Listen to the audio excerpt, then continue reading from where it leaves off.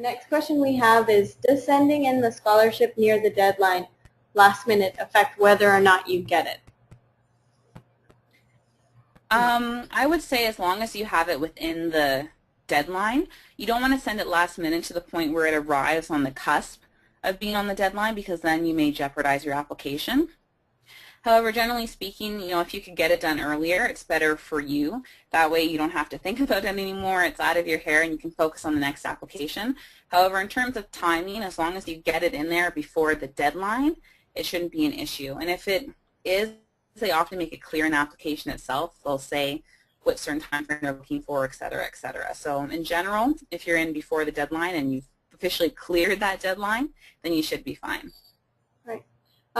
And I guess just to add to that, it can be useful, for example, if you're emailing your application, just to keep a copy of that email with you so that in case it didn't reach there, you can at least say, well, I tried to submit it before, or if you're mailing something, to keep a receipt or keep track yourself of when you mailed it.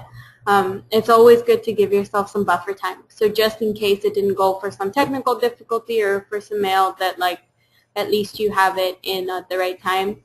I like to sort of schedule things a couple of days in advance. So in my head, I say to myself, the deadline is April the 20th, when it's actually the 27th, just so I know I've given myself a week just in case.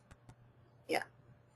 The next question we have is, if your essay gets really long and goes over the limit, should I sacrifice bits of information, get rid of details, or simply make it less creative and leave only the key points?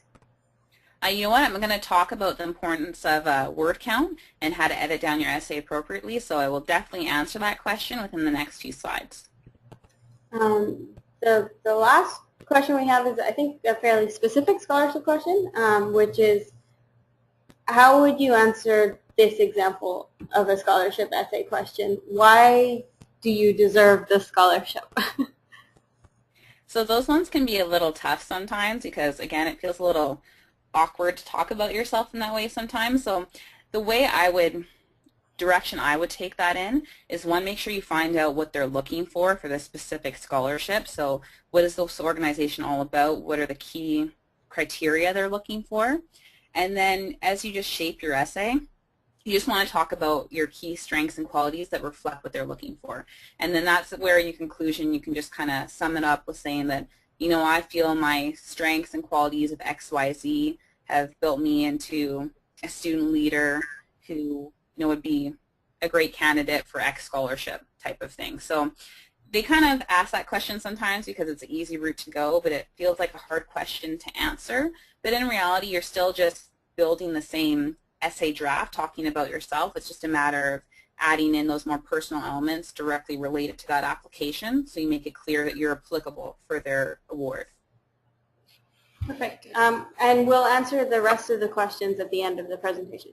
Okay, so I'm closing off the poll, and let's look at the results. It looks like about almost 70% of you, so 67%, believe it's somewhat important to have your career path decided, whereas 22%, very important, and 11% not important at all. I think these results are actually very similar to the results we had yesterday in yesterday's presentation, so that's pretty interesting. Right now I'm going to pass things back over to Brittany.